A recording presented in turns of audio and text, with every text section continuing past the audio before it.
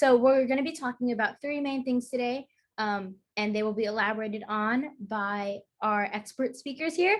So first we'll be talking about how to make a college list, because that's something you can do in the summer, just sort of figure out where you want to apply, what kind of college you want to go to. So that will be one part of it. The next part will be about extracurriculars. The summer is a good time to sort of orient yourself about what extracurriculars you maybe want to join. If you're already in a lot, maybe which ones you want to drop, but which ones you want to focus on. And then finally, we'll be talking about the SAT, because summer is a good time for you to study for that big test. So we'll have these three main topics covered by our guest speakers, and then we'll have an interactive Q&A at the end, where you can ask for any questions you might have for any of the speakers. It can be about these topics, it can be about slightly related topics about college or just anything.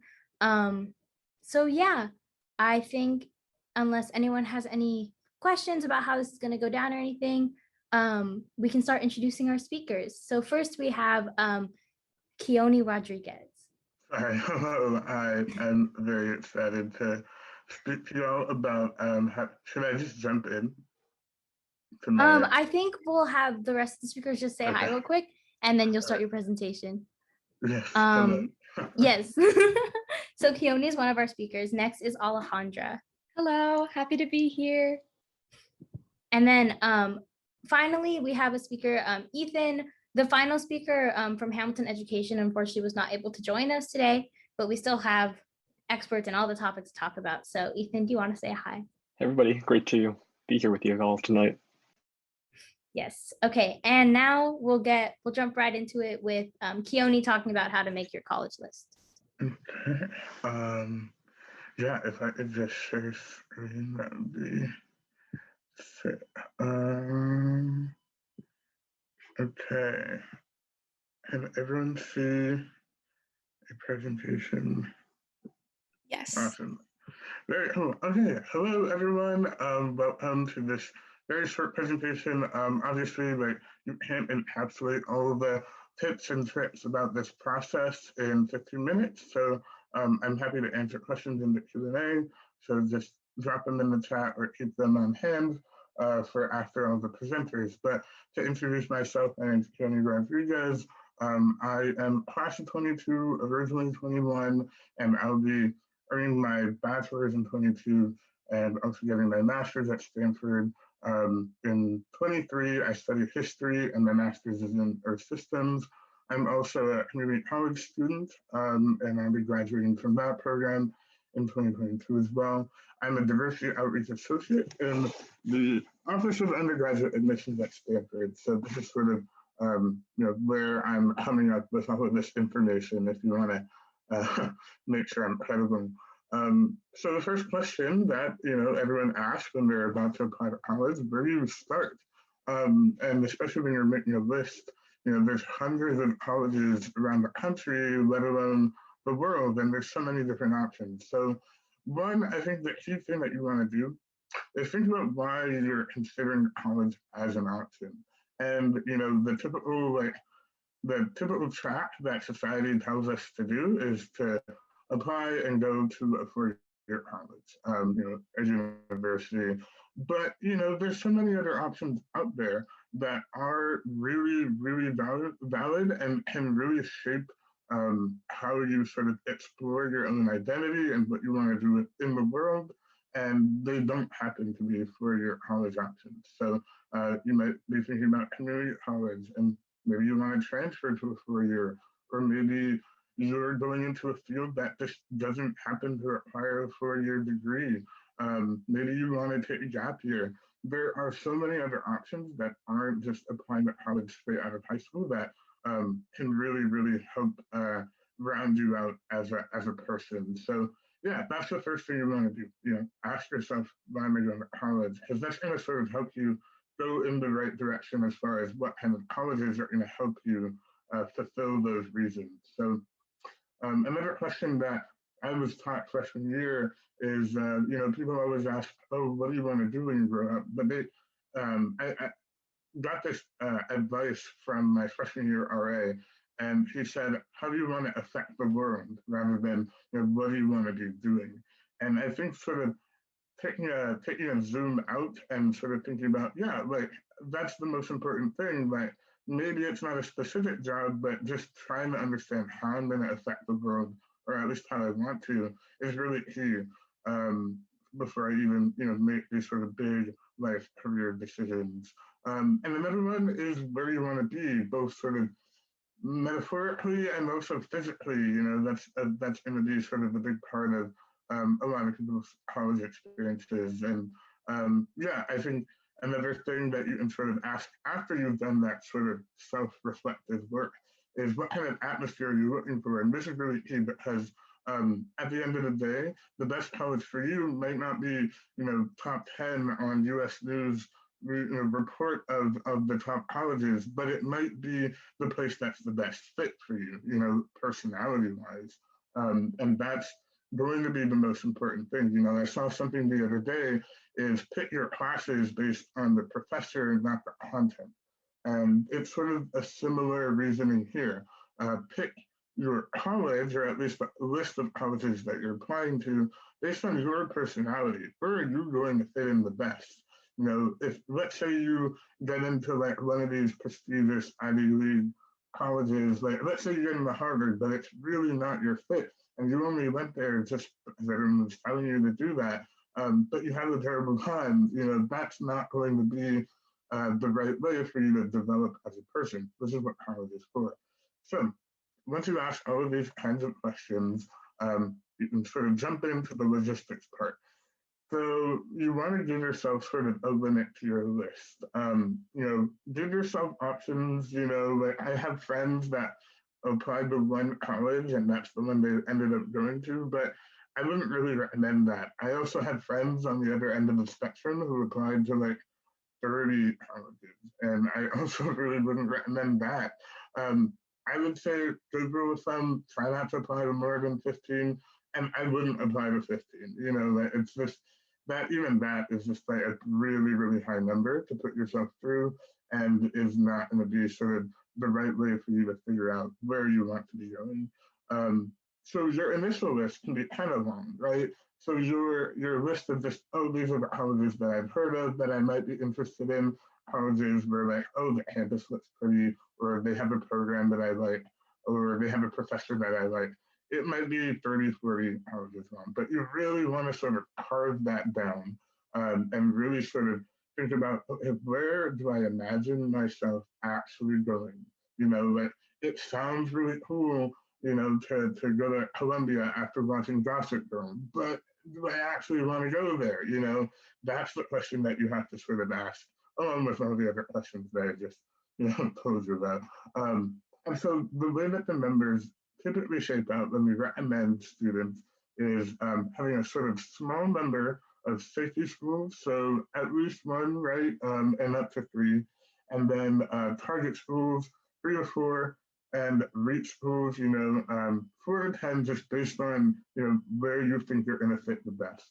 And so you're going to hear these terms a lot: safety, target, reach. And so safety schools are schools that, based on your high school stats, your extracurriculars, and your other qualifications, you feel like you can say that you have an 80% chance, just based on their average GPA or average test scores. You're like, okay, I have a pretty solid chance. I know that I can sort of fall that, and this is sort of my safety schools.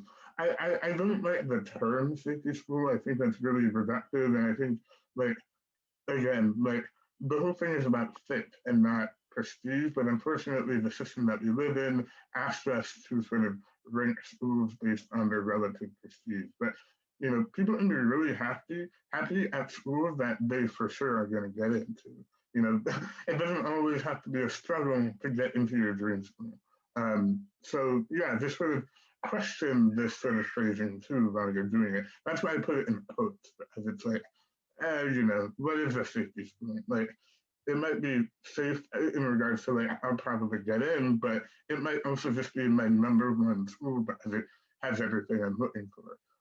So yeah, this is sort of the way that you want it to shake out. And you'll see that it sort of is on the heavier end when it comes to REIT schools. And I'll show an example of this distribution later.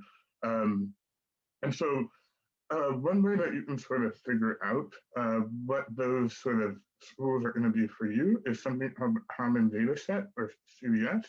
And the way that you find these is actually really easy. All you do is look up the name of the school and Common Data Set. Some schools don't publish this, so just keep that in mind. But for the most part, this can really help you figure out, okay, these are some of the characteristics that I'm looking for in a school. And also, this is some of the characteristics that the school is looking for in its admitted students. So on the left is sort of demographic information, right? What's the breakdown of men and women? Oh, and for context, this is the common data set data from Stanford. And so on the left, that left side screenshot, it has sort of the gender breakdown and the racial and ethnic breakdown. So for me, an important factor for my college list was I want to be in community with people. I want to explore my identity with people that come from that community. And so this actually factored pretty heavily into my decision once I, sort of was looking at the schools that accepted me. And so this was the way that I found out about that. So really dig into these common data sets with your research. Don't try and stay away from the third-party websites that are not directly involved with the schools, just because they have other motives for representing certain pieces of data. And so in the middle, you'll have how the school sort of represents what things they find important in the applicant. Among the factors in the application. So some schools will be real, they'll be like, oh, your essays are super important, very important. And some schools will be like, oh, they're important, but not very important, which seems really like an arbitrary distinction to me, but that's how they do it. So yeah, just keep that in mind when you're trying to figure out, okay, what are my quote unquote safety, target, and reach schools, just based on my qualifications, how am I going to fit into this application process for this institution? And on the right, it's another piece of data from the data sets. And these are test scores and GPA statistics. Again, you can just sort of take a look at yourself and just sort of compare, like, okay, like this is how my scores and my GPA compared to students that are at this institution. And so from there, I can sort of think about, okay, this is sort of my general likelihood of being admitted. You'll find a lot of calculators where you plug in your GPA and your test scores. Again, I would probably not spend too much time on that or use that as sort of the, test scores and GPA are part of the application, but not the whole thing. So once you've done your research and you have sort of a list and you're sort of carving them down, you want to sort of really dig into how do you organize this. So these are some of the things, this is the way that I sort of formatted my list when I was in high school. I split it up into the numbers and then the not numbers things about the schools that I was looking at applying to. So on the left side, you have, like I said, the quantitative stuff. And some of these things might be more important to you than other things. And some of them are just logistical, like financial aid or application dates. You want to know those things before you apply, just to make sure. And then you have other things that might affect your decision, right? Like class size or school size. Maybe you want a small liberal arts school. Maybe you want a giant state school with, thousands of people. You want to make sure that all of that information is cataloged in the same place so you can compare all of the schools that you're looking at to each other in one place. And then another thing for qualitative stuff is what are their essay requirements, and other stuff like what's the weather like, and even what is the food like. These things are really key for deciding, like that earlier tip of only put schools on your list that you will actually attend. You might have a school that's perfect in every other way. It has the best, academics and athletics or whatever, but the weather is not to your liking. You're going to have a not great time, and you probably don't really want to put that very high on your list if that's the case. So try and find those, first off, find the things that are important to you and put them on your list. And then, format your list such that you can compare across the schools that you're looking at. Because, really organizing all of this information is super, super helpful. Um, yeah, and it can kind of be therapeutic, just sort of trying to look for this data, getting a feel for what the school is like, and what every school has a different personality. So, yeah, yeah. Okay, and the last thing I want to talk about is just talking through a sample list. To be very candid, this was my list of schools that I applied to. So these were the goals that I had.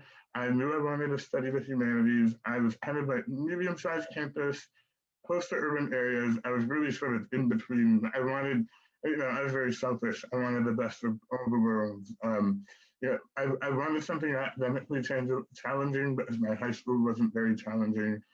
And I wanted a really strong sense of campus community. And also, high amount of diversity. I mentioned earlier, I wanted people that came from similar backgrounds to me so we could explore that identity further. And so this is the list that I ended up coming up with. And the yellow is the reach schools, the target school is in blue, and then the purple schools were my quote-unquote safety schools. So this list actually has a lot of mistakes. This is not a good list in retrospect. If I go back 4 or 5 years, I don't know how many years ago I was a high school senior, whatever, this wouldn't be my list. Some of these schools I was applying to because everyone told me to apply to them.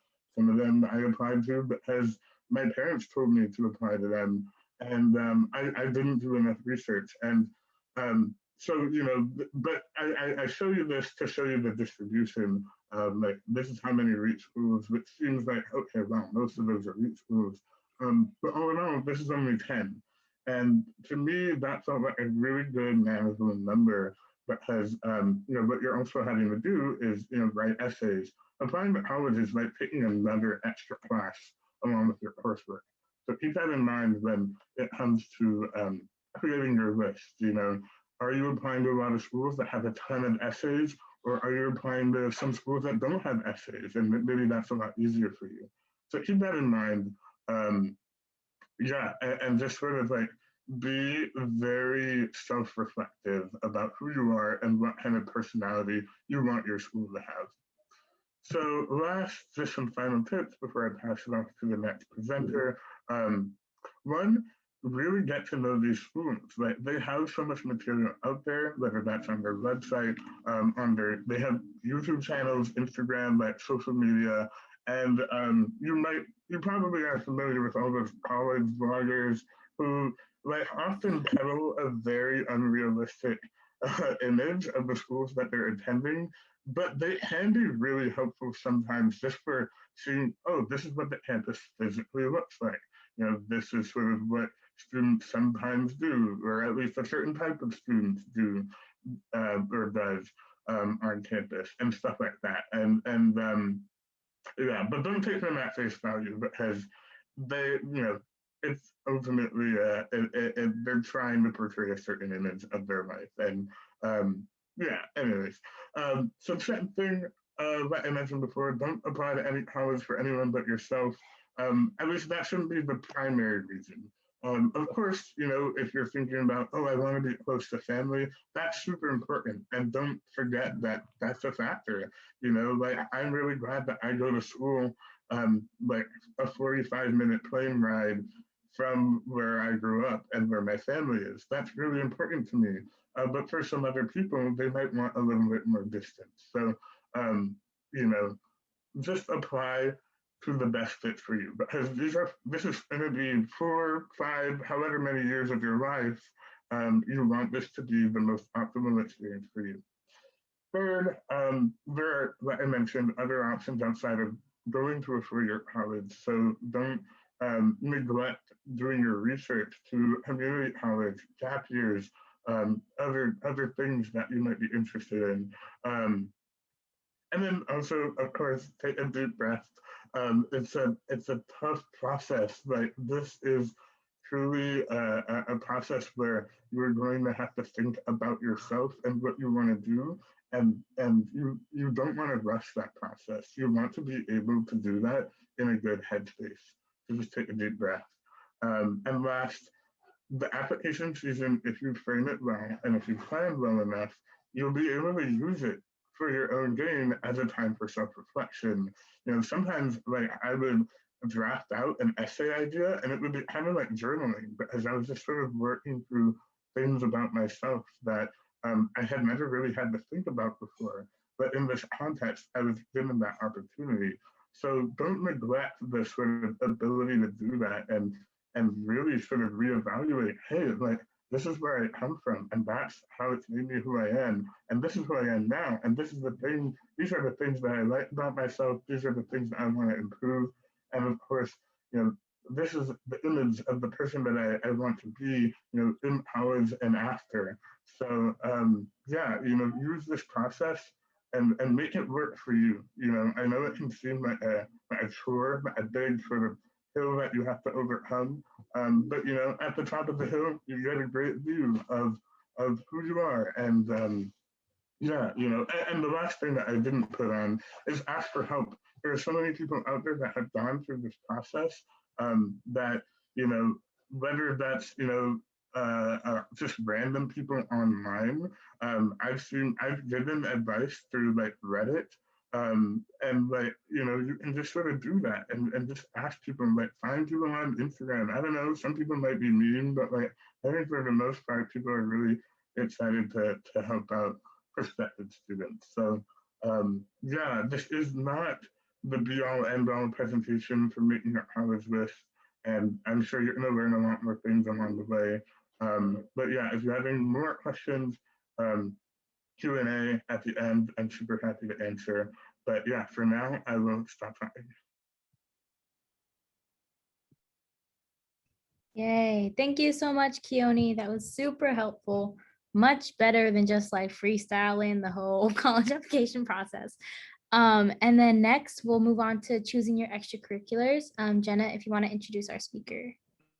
Hi guys, thank you Kiani for that. Great, that was actually really helpful for me. So now we're going to be talking about choosing your extracurriculars. And Alejandra, who's also a Stanford University alumni, is going to be talking about sort of the best planning you can do for your extracurriculars and things like that. So yeah, she just graduated from Stanford University and she took a gap year to sort of apply to medical school, which she will be attending in just a few months. So yeah, take it away. Yes, hello. And I am on my computer. Oh, great. You put all the stuff here. Okay. Hello. Yes, I graduated from Stanford in 2020, the pandemic year. And then I took a gap year and applied to medical school during it. And during that gap year, that says college counselor because I worked part-time for this like counseling, I guess, startup, you might say, giving advice like this. And so I tried to gather like the main points for how to choose extracurriculars because I feel like people either get overwhelmed, like wanting to do too much, or they feel lost and they don't know what to do at all. And so I tried to give some tips. So the first one is kind of obvious. You probably heard this. Choose something you're passionate about, or it may come naturally to like want to spend more time on an activity that you really enjoy. So yeah, that's my first advice, which would just be make sure you do stuff that you actually like. And this is another thing is a lot of people think that they have to choose extracurriculars that are related to their major that they plan on doing in college. And while you do want to have some relation to what your field of study, because hopefully you're passionate about it, you can, you know, go all in on an extracurricular that's not about, you know, biology if you're going to be a biology major.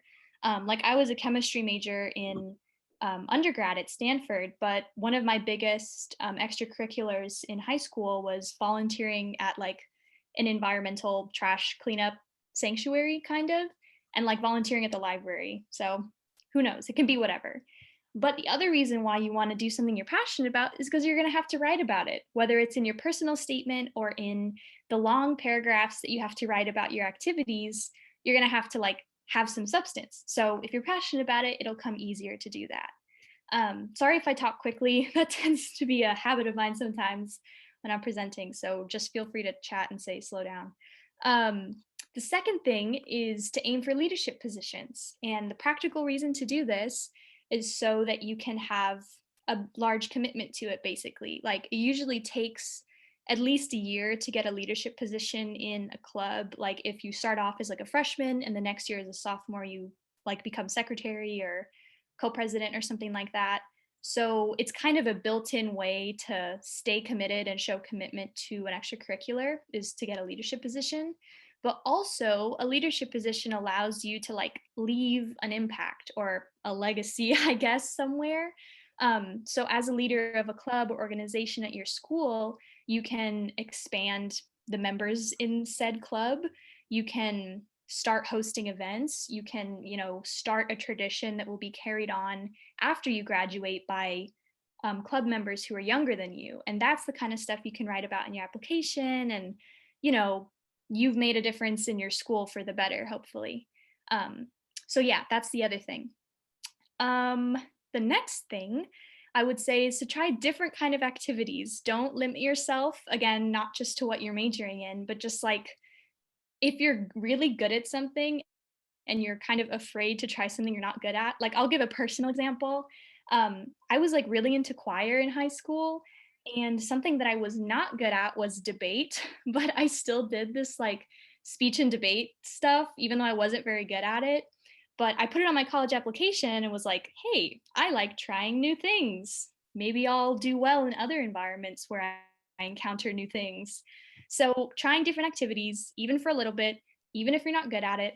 Oh yeah, that was the other thing. I joined the cross country team and I was like the slowest person on the team, but it was great because I tried it.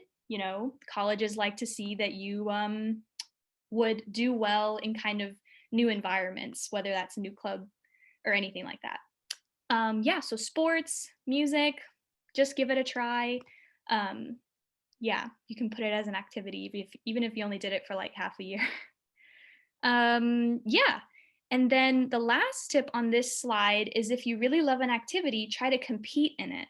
Now that is like going above and beyond, like debate or choir. Like I did choir competitions in high school because I really loved it and I was pretty okay at it. And those kind of accomplishments can show that you have like the dedication, the time, the skill, and those are all positive things to put on your application.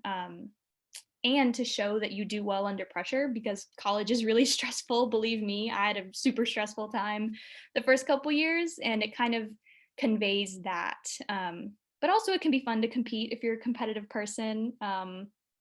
Yeah, the only competitions I really entered were in choir, but a lot of people at Stanford might have like national competitions or whatever, but you can compete at a local or regional level pretty easily at most schools. Anyhow, yeah, this is the second slide. So what if I want to do something, but my school doesn't offer it? Like, what do I do then?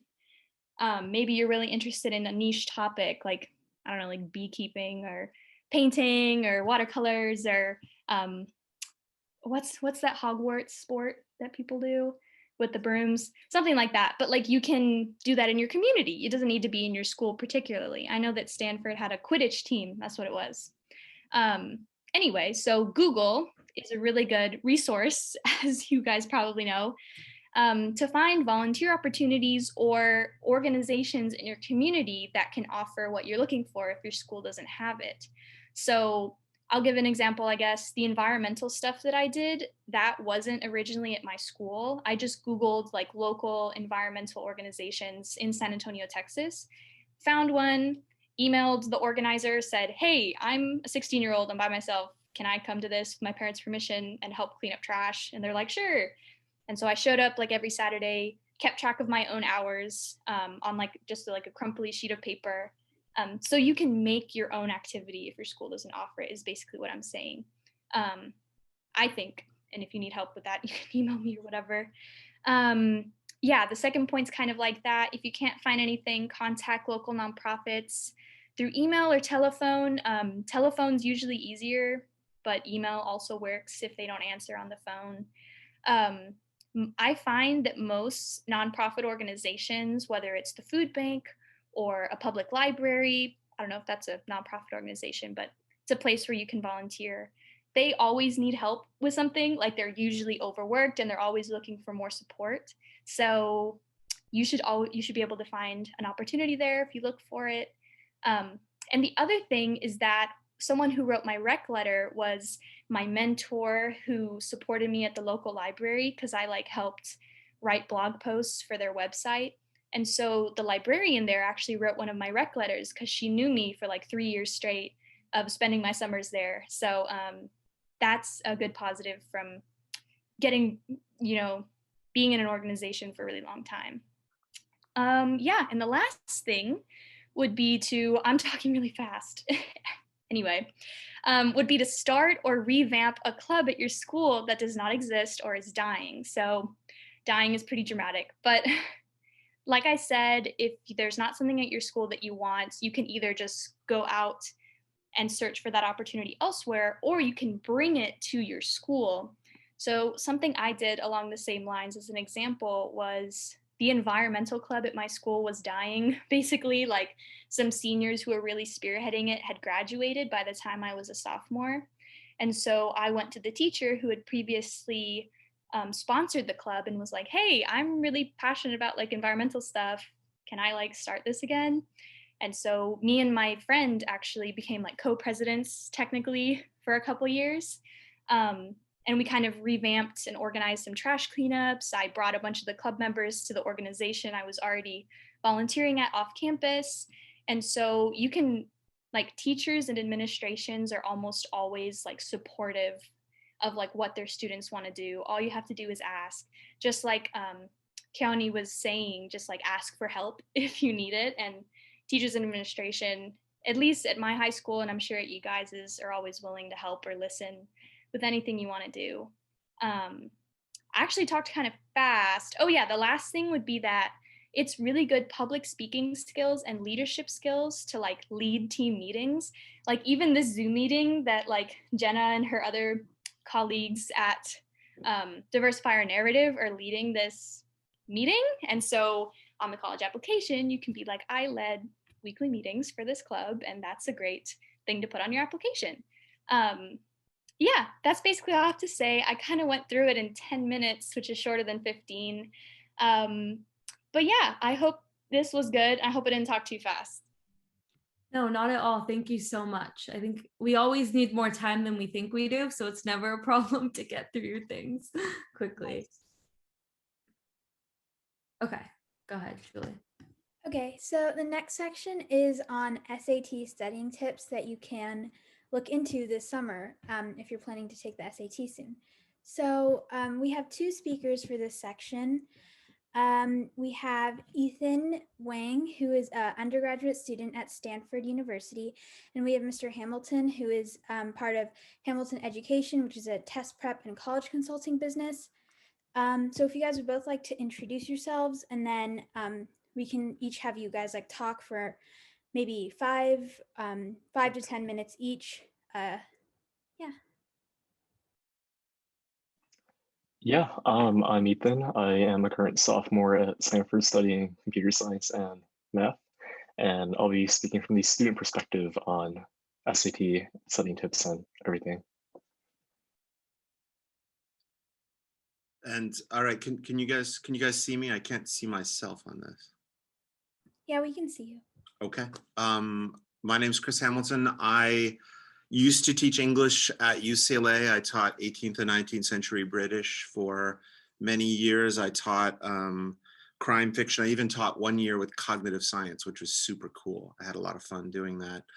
I left academia in my early 30s and edited a food and wine magazine for a couple of years, actually 5 or 6 years. That was also a wonderful experience. And I missed teaching, and I noticed that most students who are middle class didn't really have access to reasonably good counseling, and most test prep was, frankly speaking, pretty much junk. It was like tricks and shortcuts that were not effective. And so over the last 15, 20 years, I've built companies, some of them, you've probably heard of. I've built companies and sold some of them that do counseling and test prep. And I'm going to talk very briefly about test prep today. Okay, so if Ethan, if you want to start with the student perspective, and then you can talk for maybe 5 to 10 minutes, and then we can move to Mr. Hamilton. Yeah, so I'll just give a whirlwind tour of SAT versus ACT, whether you should take both, when you should take them, how many times. I'll also end with some tips for studying, and then I'll pass it over to Chris. So again, I want to preface this by saying that this is the student perspective, and you'll be hearing a lot of folk chat and folklore about what we usually think should be the norm, like when is the best ideal time. These vary from school to school and definitely may not be tips that work for everybody, but they're ones that I used when I was applying. So SAT versus ACT, a lot of people usually find that the ACT is more of a time crunch. The SAT is definitely the most common test that most students take. People find that the SAT reading questions are often more challenging than the ACT reading questions, but the ACT also incorporates science questions without a distinct science section. And so the benefits and drawbacks are kind of very unique and ones that you should definitely look into on what works best for you. But definitely it's not worth it to take both of them. Most students, both tests are very intense and require a lot of preparation and practice, and practicing for both of them is not really worth it. However, if you do decide to take both, I have found that students that take the SAT and then transition to the ACT often have better outcomes than the other way around, even though you really shouldn't do that. Yeah, so you should also try to be very savvy about when you plan to take the SAT or the ACT. Most students take them around between junior year fall and senior year fall. Junior year fall is often when you take the PSAT, and it's also when students start beginning to really ramp up their academics and build up their resume for the application process. And senior fall is the last window you can take it and send these score to colleges in a reasonable time. So that window is often when students decide to take it. As for how many times, twice is usually the number that most people take the SAT. One time to really dip your toes in, feel how it is. Obviously, you should study for both times, but the second time is a great chance for you to really figure out where you're lacking and where you can improve on, but only if you think that is a good idea. If there is if you feel that there is enough space for you to genuinely improve between your first test and your second test, then only then should you take the second test. As for subject tests, the consensus in my high school was to take the Math 2 SAT subject test and then 2 science subject tests. But then again, there has been a trend towards de-emphasizing the SAT and subject tests overall. So if it is a test that you see listed, such as literature or European history, unless you're really confident that you'll do great in it and you really have the time to study for it, generally avoid taking it. It's also extra money on top of your SAT, your normal SAT cost. And overall, it's kind of debatable about how much it contributes to your student profile. So lastly, the kind of meat of the student section is kind of how do you study for the SAT? And I'm sure that Chris will have a lot of other tips and advice, but for me personally, and I think from like a student's perspective, I think approaching the SAT as just approaching it seriously with a mindset of practice correlates with results. That's the best way to really approach the test. There are a lot of resources out there. I'll talk a bit about that afterwards, but there is a lot of material for you to work on, for you to practice and grow comfortable with. The SAT is not a holistic evaluation of how intelligent you are. It really is just it really is just 2 sections on math and reading, designed by a company that wants you to think the way that they do. If you don't do well on the SAT on your first go, it's not that you're bad at math or English, it's that you don't know how the test is structured, how they want you to think, and with practice, you can definitely get a lot better.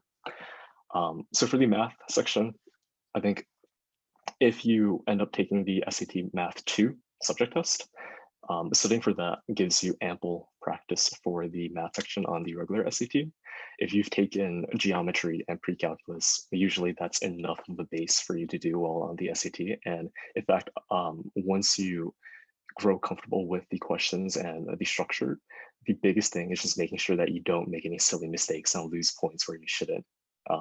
I personally lost points having silly mistakes, reading and misreading answers and losing points that way, but that really is just focusing and practicing and growing more comfortable with the test. For English is definitely a lot less intuitive just because the English section is, they ask questions that are very tailored to how College Board wants you to approach passages. And my biggest advice for that is just pour over tons of practice tests. There are a lot of sample reading tests, whether it's on SAT practice books or online resources or Khan Academy. Training it, really going over the questions that you get wrong, the questions that are confusing, and then figuring out what about it is confusing and what about it you can improve on.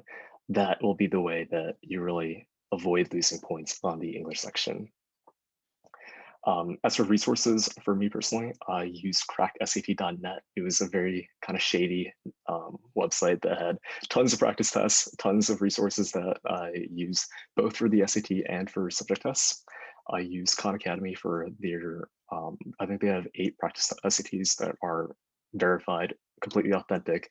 They tell you where you go wrong, which sections you need more help with. And then Barron's and other SAT practice material. Some of them, they vary in quality. I think Barron's is generally pretty good for anything high school, whether it be AP tests, subject tests, or the SAT itself. And then lastly, find the strategy that really works for you. People approach the test in different ways. Some people find for the English part, some people find that reading the passage and then doing the questions is the way that works. Some people read the questions first and then read the passage. Some people work through it bit by bit. It really is just practicing it as many times as possible, taking as many tests as you can, and then going into it confident that you know how the test is structured. I'll turn it over to Chris in a second, but I just want to say that the SAT is just one piece of your application. Again, it doesn't define you as an individual.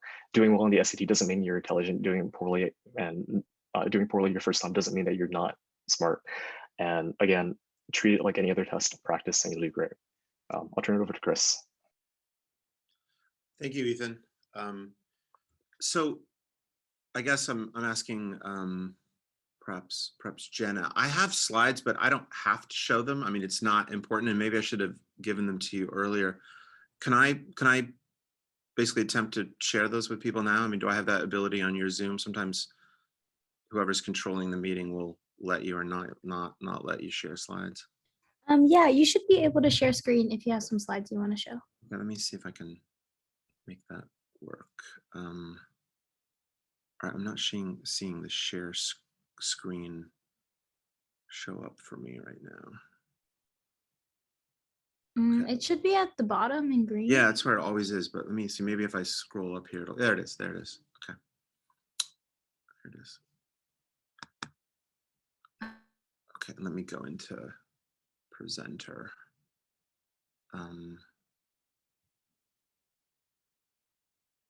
Okay, can everybody see that? Is that working? Yeah.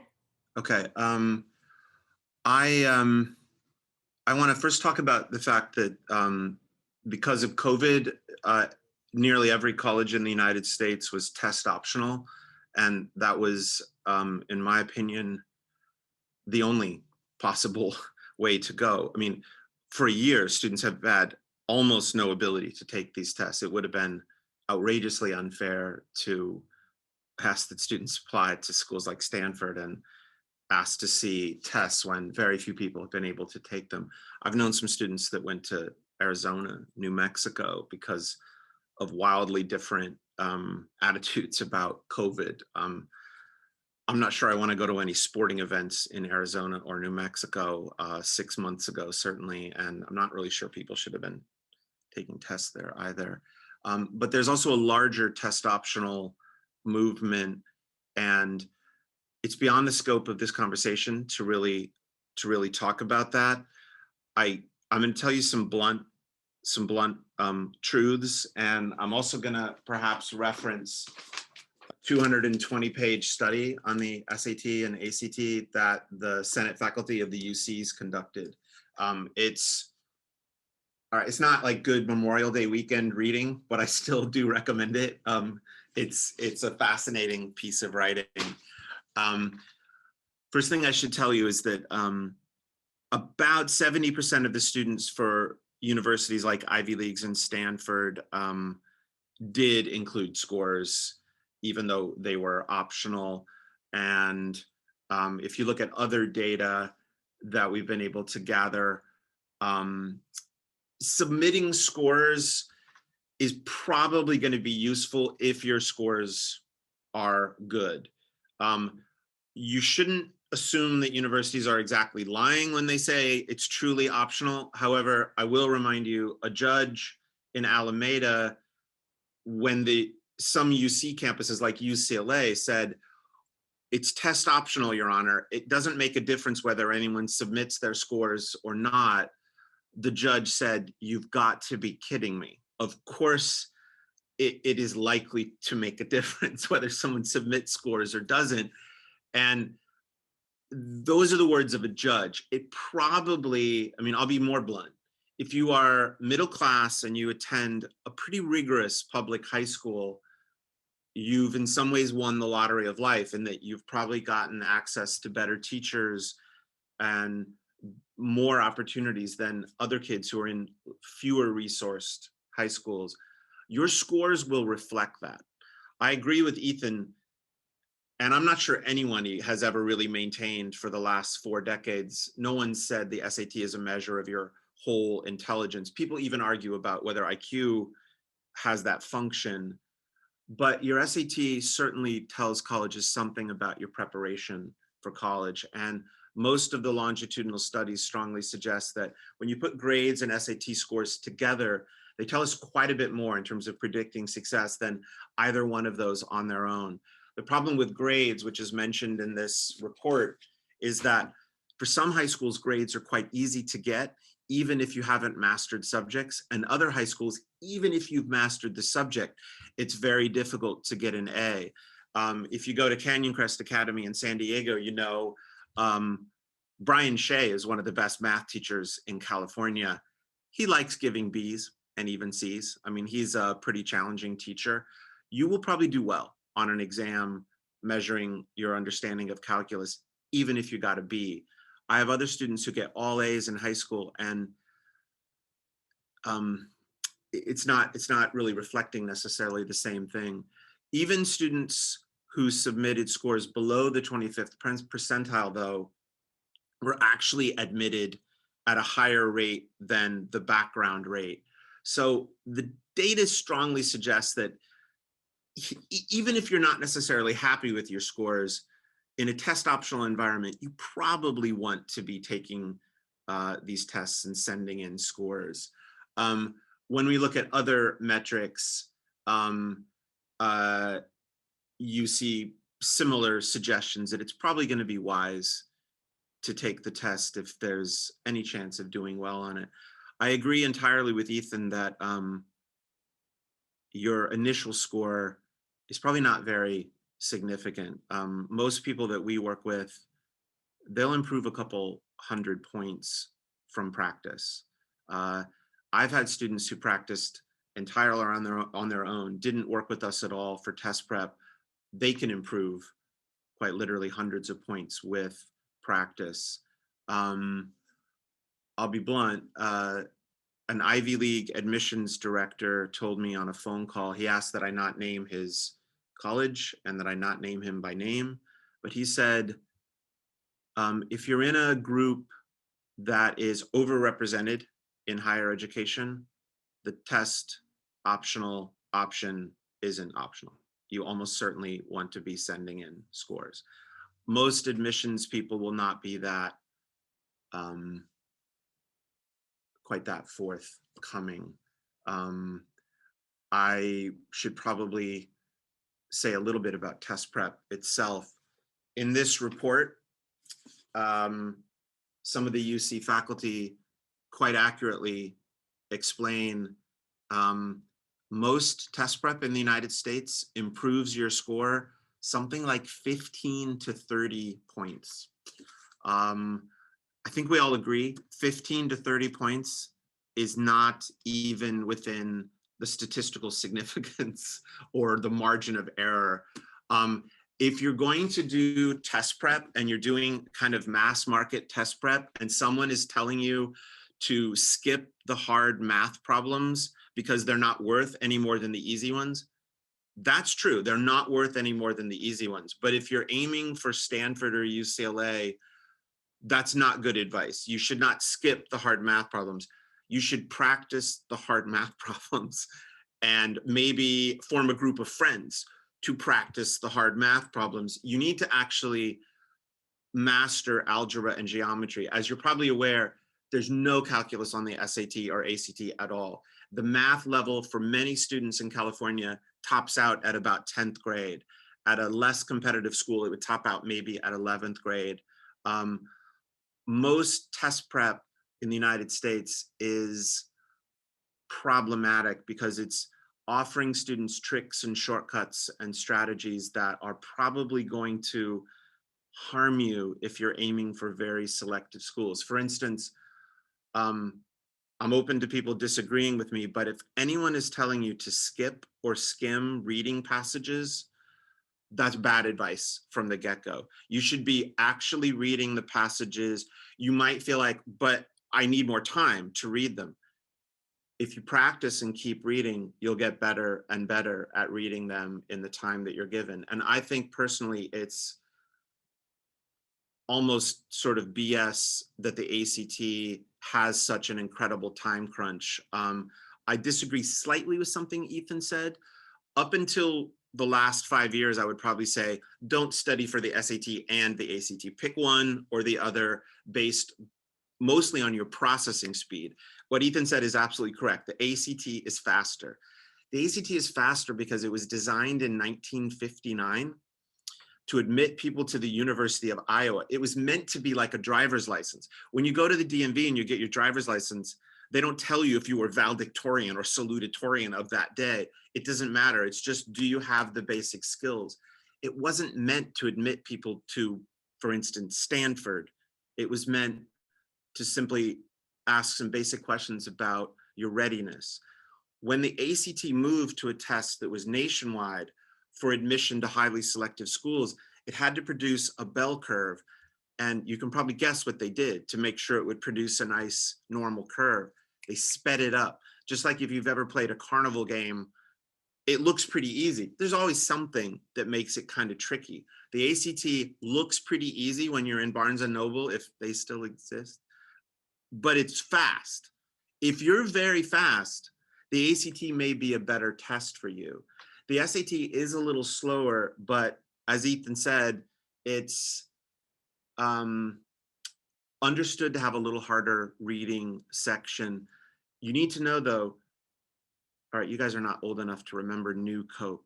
When I was in high school, I think high school, maybe junior high, Pepsi had all these ads where they showed that people liked the taste of Pepsi more than Coke.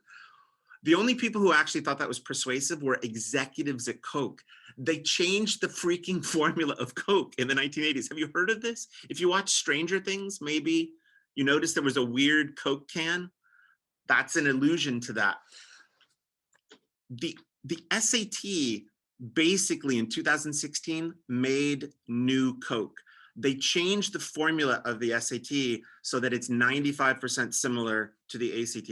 So I just want you to consider those tests have been for the last 4 or 5 years, more or less 95% similar. So it's very likely that if you study for one, you could do well on the other. And I want you to keep in mind, if you're middle class and you find the ACT, you're fast, it's a good fit. The ACT is 10 times more likely to create a perfect score than the SAT because of the history of its scale. Does a school like Stanford give a damn if you have a perfect score? No, absolutely not. They don't care at all. Having a good score could be helpful. Having a perfect score is more of a stunt. If you work with me and you get a perfect score, the person who will benefit most will probably be me. I can put your initials on a list of kids who have perfect scores. Huffington Post a couple of years ago said that we were, Hamilton, perhaps the best prep testing program in the country. I'll tell you why. It's because we only work with kids who are motivated and we teach real skills. You can teach yourself most of this.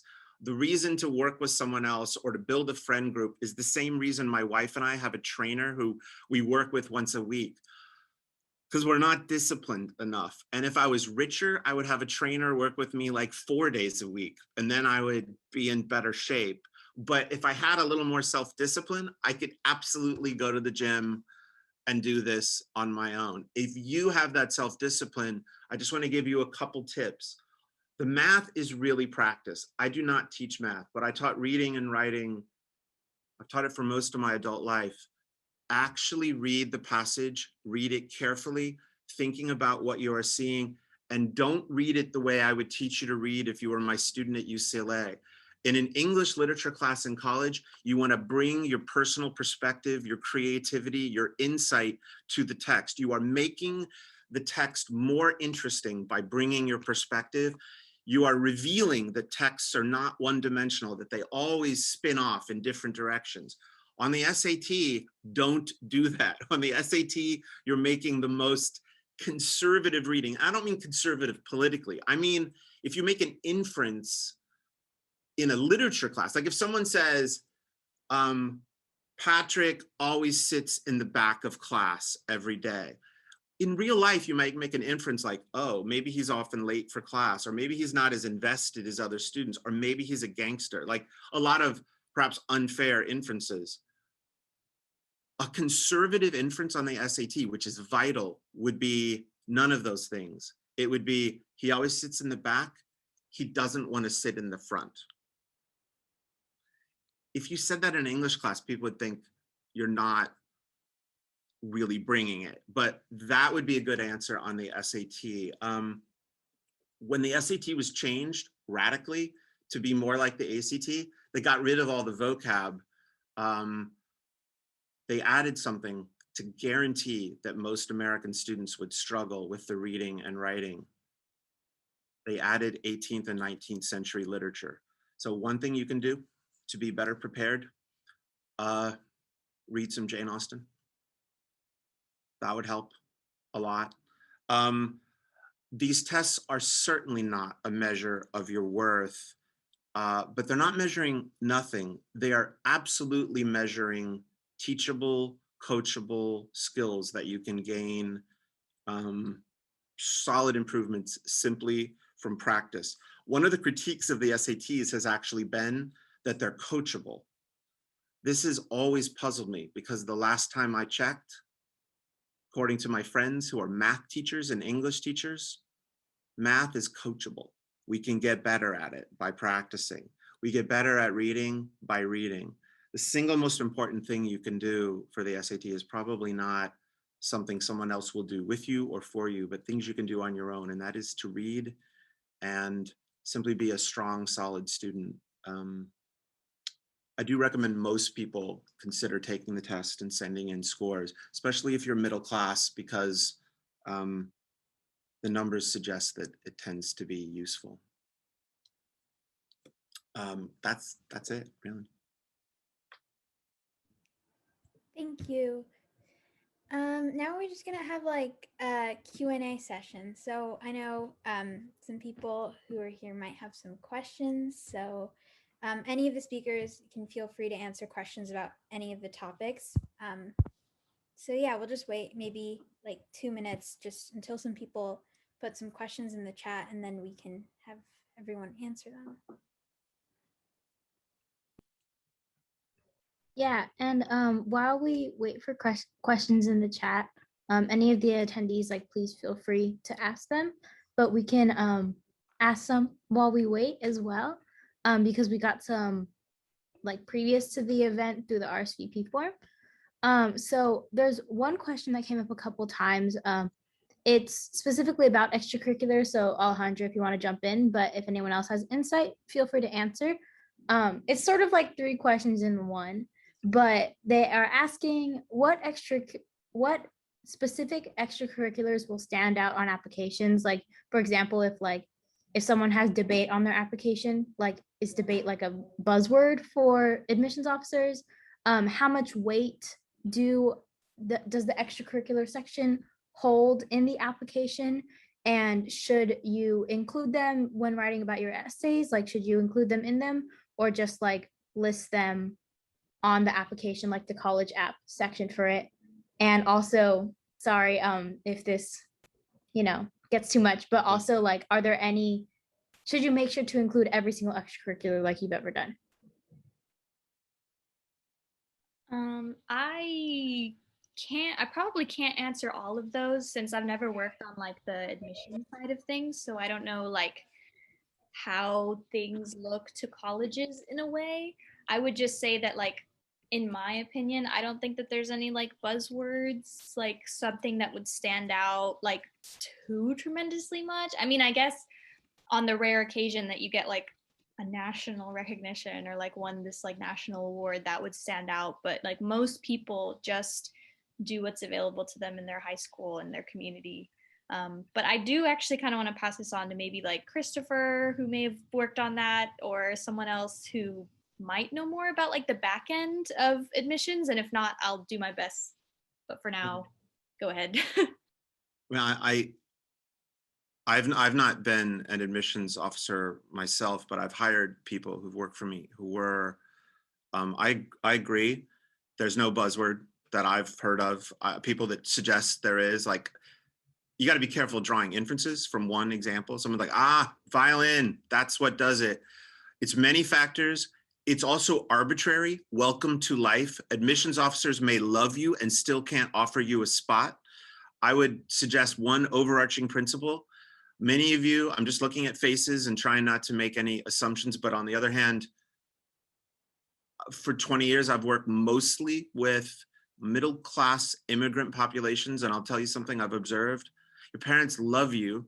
They often grew up in a background where doing really well on a test and GPA was everything. And the story your parents often want to tell about you to friends and colleagues is very good girl, very good boy who did everything he or she was ever asked to do. A college like Stanford is asking not, did you do everything you were asked to do? They got 20,000 people like that. They want to know, did you do something no one told you to do? Most admissions in other countries around the world, there's smart people everywhere on the globe, but most admissions are in a system where the state is superintending education and they want useful, pliable citizens who will do what the hell they are told. I don't need to conjure up international examples from the last couple of decades of where, for instance, in 1989, in some country I won't name, students got together and decided they wanted more freedom and democracy. And most countries aren't so sure they want a bunch of leaders and out-of-the-box thinkers in the next generation of students. They can be a real pain in the butt. You might end up having to like run them over with tanks. Most of the schools you guys are interested in, they want exactly that. If you're a pain in the ass in some way, that might actually help you tell a story that you're going to make a difference and be maybe troubled by something. I think there's no buzzword, but your parents love you, but be a little skeptical of some of their advice to sort of superintend your activities, because being perfect is not really what it's about. It's often being imperfect in an interesting way. I want to jump off of what Chris said. Yeah, you'll find that if you look through a lot of top universities and their statistics and all the students, the student profiles, you'll see that all of them do pretty well on the SAT. You're kind of in a room full of people who excel on test taking and finding the right answer, finding the right context clue in a passage. But nobody wants to read an essay about you studying for the SAT. They want to read about like how you really struggled in a lab, or how you overcame a challenge doing sports or something like that. Actually, SAT scores and your grades get your foot in the door in a lot of instances, but it's really the extracurriculars and who you are and what really sets you apart that makes that extra difference that can be the make or break between getting in or getting rejected. Yes, like in other systems, tests and scores are everything. In countries I won't name, a single test does determine where you will end up. But in the US, and perhaps it's a good thing or a bad thing, extracurriculars and the activities you do are what really define you. Yeah, I agree with everything else the other folks have said. I think another thing that I would add to, I think one of the questions is that every college is going to rate certain portions of your application differently. And so what I was saying in my presentation, you want to look at that common data set because they will tell you this is how important certain parts of the application are to that specific college. Like Christopher was saying, colleges like Stanford, want people that are going to make an impact in their field. And that's because, Stanford is a liberal arts institution that is looking for people that are going to contribute, right? You might hear sort of well-roundedness versus having a spike. And so oftentimes, like I've worked in the admissions office, I've looked at a ton of case studies, and we can tell when students are, with their extracurriculars, even just listing them, we can tell when they're like trying to be well-rounded for the sake of being well-rounded and to fill in all 10 boxes on the extracurricular section. That's not what it's about. Alejandra mentioned this in her presentation about like, we want to see in those essays, those supplemental essays, that you talk about those extracurriculars because they drive you, because those are the things that are going to drive you to make change of the world.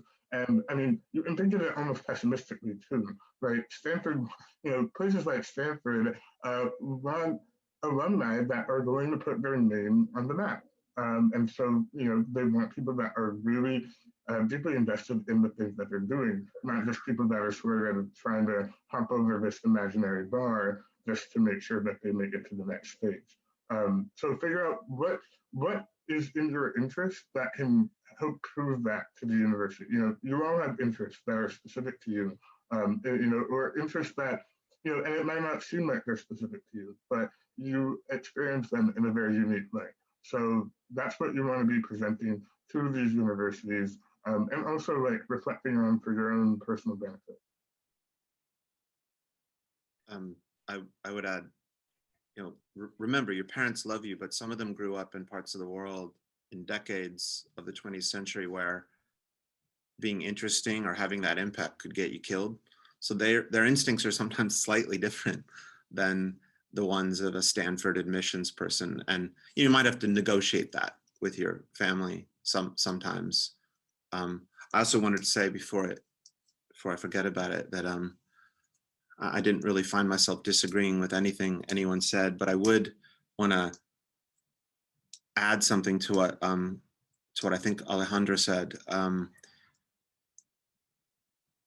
Stanford is a weird, wonderful place. Stanford is actually quite unusual in that Stanford, you can arrive undecided and they'll give you access to almost any major. You could arrive thinking maybe I'll study English and end up sophomore year declaring bioengineering. You can't do that at most other colleges. And just want to make sure you guys know that. I agree that your activities and interests 90% of the time do not have to have a relationship to your major at all. And I'm always explaining this to parents. Parents are like, but he wants to be a doctor. How's he going to write about his film making? Like, why would they care? They care because he's super interesting as a filmmaker. No one gives a damn if he wants to be a doctor. He looks like 90% of the applicants who hopefully are going to do other things too. But I want you to know, if you dream of being an engineer or doing computer science or doing nursing, for most schools, especially the UCs, your activities need to capture that interest and commitment. And here's something very important. The UCs have 4 questions that you have to answer, actually 8 questions you answer 4. None of them ask what major you want. But if you're not telling the UCs you want to do engineering or computer science, those are the most impacted majors, actually after nursing at most UC campuses. You better give them some pretty strong evidence that you're a good fit and that you're almost passionate about those things. Whereas I agree, Stanford doesn't want to know about computer science, frankly, because they're like, okay, another computer science person. But like, so it's slightly different rules for non-Stanford schools. The more you're at a liberal arts model of school, the more you're going to have some freedom to actually choose something like computer science because you discovered it and loved it. The more you're in a school like UCLA or UC San Diego, the more you better get on the right bus at the station when it's leaving. So just want to make sure, because what Alejandra said was totally true about Stanford, but UCLA and UC San Diego, it's slightly different. She's probably very aware of that, but she's speaking to her experience. Yes. Thank you so much for all of your answers to that question. A lot of different perspectives and a lot of good advice. For the next question, this is sort of directed at Keone's section, but again, anyone can weigh in. It was in the chat from Lynn. How should we discover the personality of a college? Because you're really emphasizing that. Do you think that comes from taking a tour and like visiting the actual campus, or can you get that from, especially in the pandemic, like can you get that from reading reviews from like adults or students on campus? What would you say about that? Yeah, I mean, it's a complicated project, right? You're not going to get an objective picture of this is what student life is going to be for me on any given campus, right? The goal is to try and get as many different perspectives as you can possibly. And so what I mentioned, like, you also have to consider, like, okay, be critical about the sources that you kind of get this information from, right? If you're looking at a college's website, you're like, oh, well, if I'm looking at UCLA's website, then it's going to want to talk about UCLA in a certain way. And that's the same for the students that go there. And so, talk to anyone that you can, any real person that you can. That's going to be your best source of information. Like Alejandra mentioned in the chat, right? Current students and former students, they really do want to talk to you. I mean, I don't want to make blanket statements, but from my experience, I've seen like pretty willing, and also just like you can find them on social media. Like people are repping their schools in their bio. It's really easy to sort of connect with folks. And so, yeah, I mean, there's no perfect way that you're going to do this. You're not going to know when you have accomplished this goal of trying to find out what a university is like. But it's really just about getting as much information as you can, at least about the things that are important to you. If you really want to know about weather, and that's the one thing that you want to know about a college before you apply to it, then just find that out. But I'm sure that's not the case. So, just figure out, like I said, you have to do the exercise of figuring out what's important to you in a school and then trying to find that information from as many sources as possible. Yeah, another way to find students, I think that some colleges and universities, well, they have clubs, and sometimes those clubs have websites, which the websites that students make will have email addresses from like the presidents, the secretaries, the co-presidents. And like if there's a club you're interested in, you might even be able to reach out to like the president of that club, and they can give you like 10 of their friends who can then tell you about it. I also would add, I don't know if anybody's a nerd like I am for things like social psychology, but Daniel Gilbert at Harvard wrote a book like almost 20 years ago about happiness from his research, and he makes some really surprising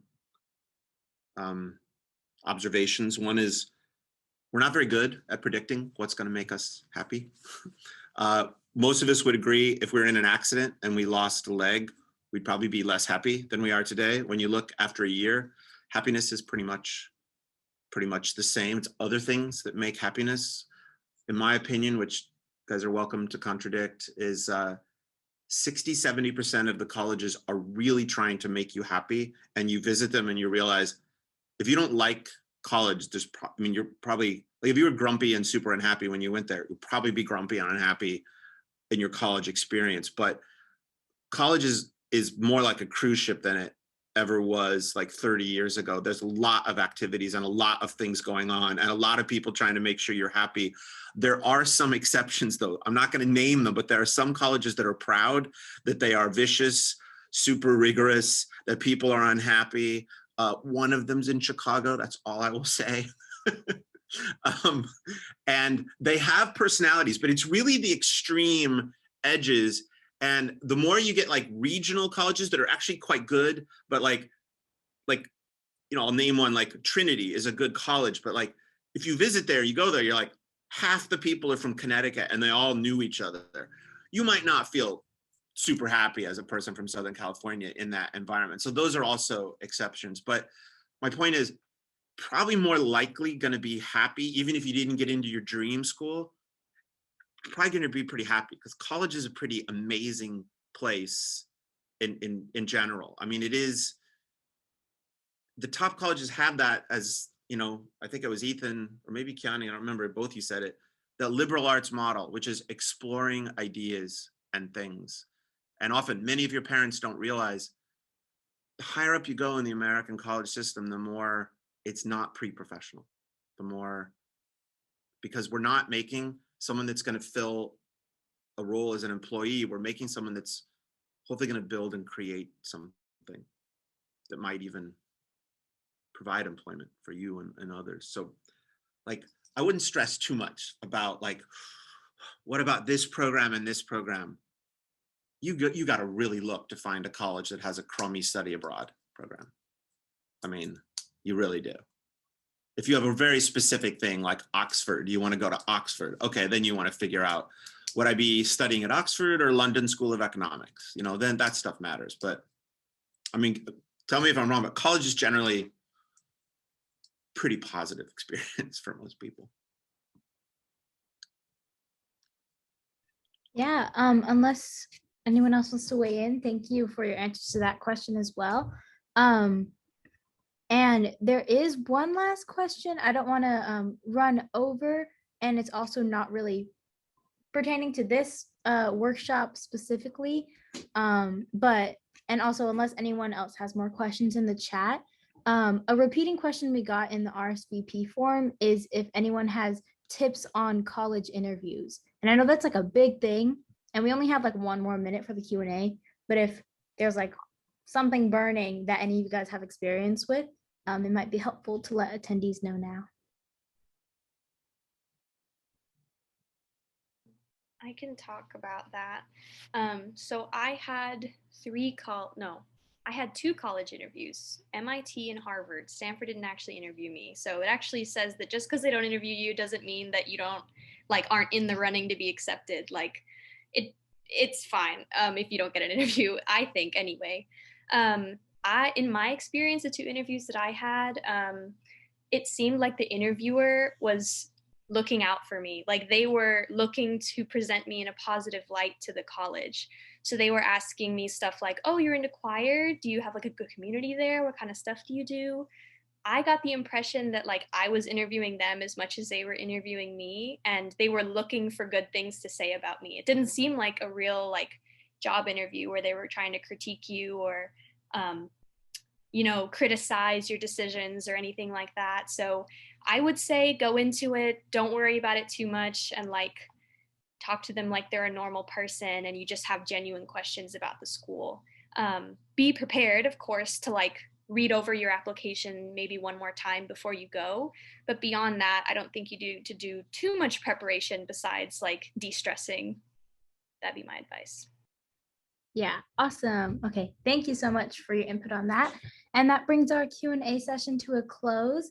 So thank you everyone for your questions, and thank you speakers for your input. And so Jenna, could you share your screen again for the closing remarks? Thank you. Okay, Yes, so thank you so much to all the panelists for taking time out of your day to speak to us, and thank you for the attendees for coming. I hope you gained a lot from this workshop. And yeah, I just want to say keep your eyes out for some future things from the fellowships committee at Diversify Our Narrative. So one, we're gonna have, this is a part of a workshop series, so we're gonna have another one probably midsummer that sort of talks more about college application readiness. The next one will be more about like the actual like nitty gritty of the application, like maybe what you can write your personal statement about, what you should include in your essays, how to get a letter of rec, like all of that, like very content oriented stuff about your college application. So look out for that. We'll be posting about it on Diversify Our Narrative on Instagram. So feel free to follow that account. And then also the fellowships committee, we are launching our fellowships program, which will also be announced. If you're on the mailing list for Diversify Our Narrative, if you're like an organizer, you'll get an email about this. We'll also probably post it on Instagram. But basically, Diversify Our Narrative is partnering with different congressional offices and different organizations that sort of focus on like social justice and like anti-racism, even it's like if it's like in STEM or like other very like hyper specific things, like just have a very like anti-racist lens towards a lot of different subjects. We're partnering with different organizations, so we'll have a program where you like apply to be in this fellowships program, and if you get in, we'll match you with an organization where you'll be able to have an internship with them. So that's what that is about. We're very excited to be offering it, and the application is actually gonna open on Monday, May 31st, which is coming up. So yeah, if you're on that mailing list, look out for that. And yeah, I just want to thank everyone for your time today. If anyone has any more questions, I see that people were putting their emails in the chat. So yeah, feel free to jot those down, reach out if you want any more help. And yeah, just thank you so much to everyone for making this workshop possible.